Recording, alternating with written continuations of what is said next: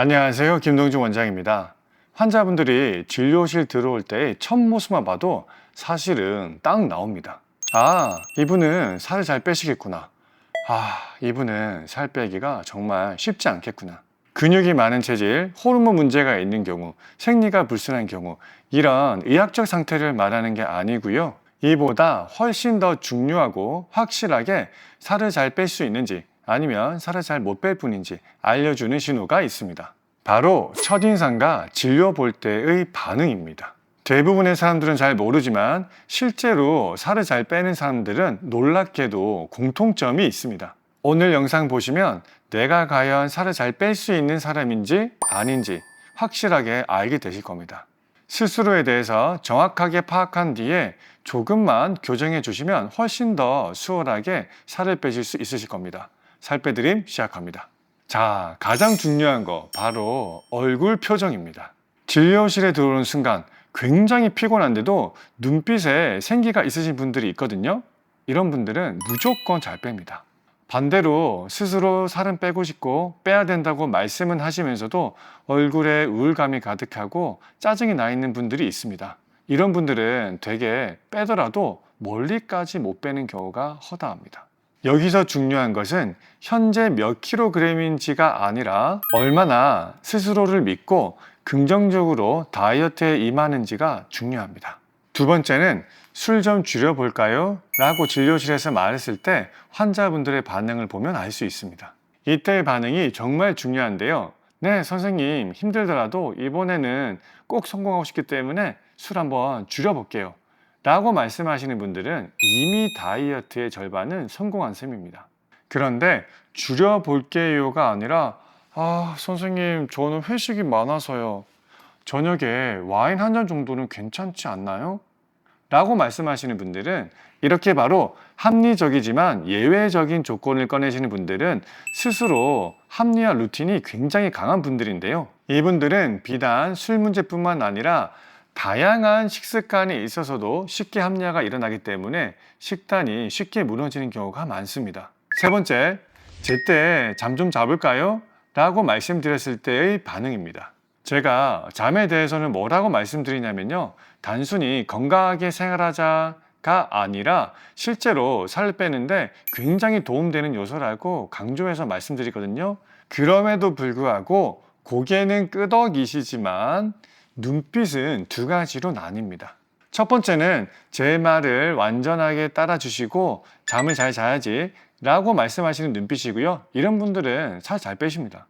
두 번째는 고개는 끄덕이시지만 눈빛으로는 아니 다이어트 하는데 식단이 제일 중요하다면서 11시, 12시까지는 자야 된다고? 라고 말하는 눈빛입니다. 이런 눈빛이 나오는 분들은 수면 상태가 불량하기 때문에 식욕 역시 오르락 내리락 하기 쉽습니다. 따라서 한 번씩은 폭식을 하게 되어 있고 식단이 금방 무너지게 되는 수가 많습니다. 간혹 육아를 하시는 분들 중에서는 육퇴 이후에 야식과 SNS, 유튜브나 넷플릭스 등을 보면서 스트레스를 푸는 경우가 많은데요. 참 안타까운 경우고 쉽지 않겠지만 순서를 정하시는 것이 좋습니다. 무슨 얘기냐면요. 최대한 낮 동안 즐기시거나 낮에 즐기실 여유가 없으신 분들은 수면을 챙기셔서 살부터 빼시고 그 이후에 육퇴를 즐기시는 편이 훨씬 낫습니다. 제가 이렇게 말씀드리면 간혹 어머님들은 선생님 육아하면 진짜 힘들고 육퇴 이유가 진짜 그나마 유일한 낙이거든요 라고 말씀하시는 분들도 많습니다. 자, 물론 저도 육아를 해봤기 때문에 어떤 마음인지는 잘 압니다.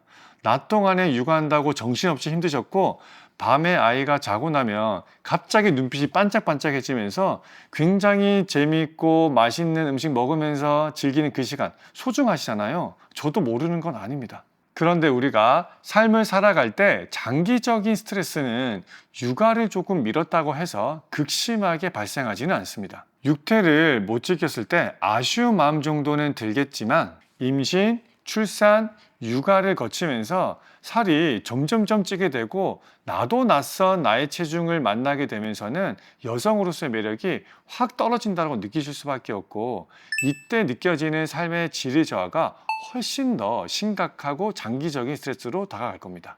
가정 내에서의 선택권이 나에게 있는지 아니면 나는 없고 오로지 가족에게만 맞춰져 있는지에 따라서도 다이어트 경과는 꽤나 많이 달라집니다. 선생님, 남편이 자꾸 간식을 사와요.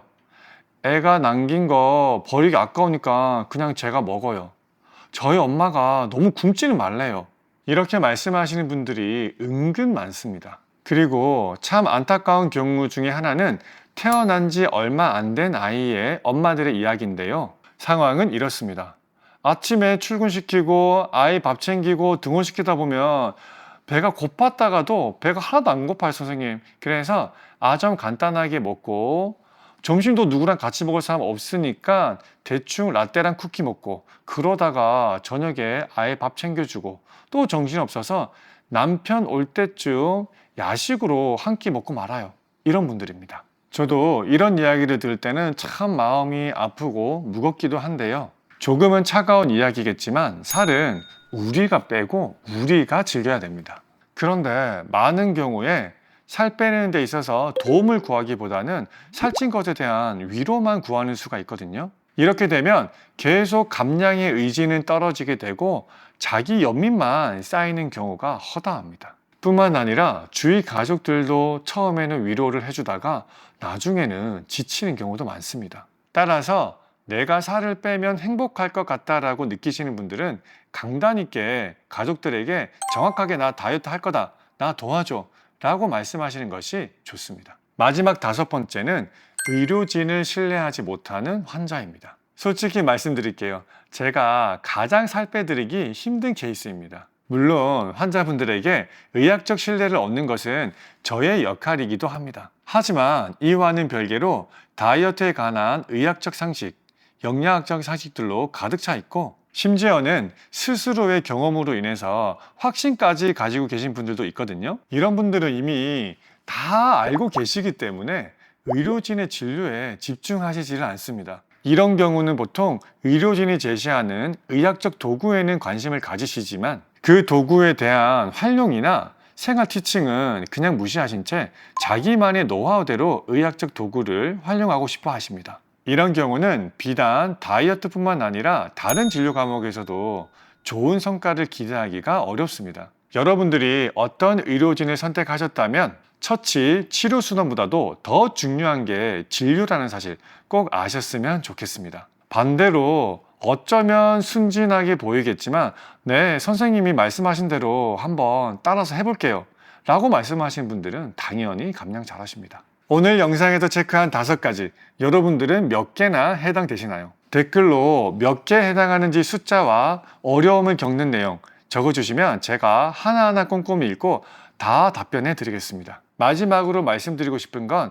오늘 말씀드린 5가지는 정해져 있거나 타고난 게 아닙니다. 지금 당장이라도 바꿀 수 있고 만들 수 있는 조건들이니까 5개가 다 해당하는 분들이라도 오늘부터 마음만 고쳐먹으면 얼마든지 살 잘 뺄 수 있는 여러분이 되실 겁니다. 이상 살 빼드림이었습니다.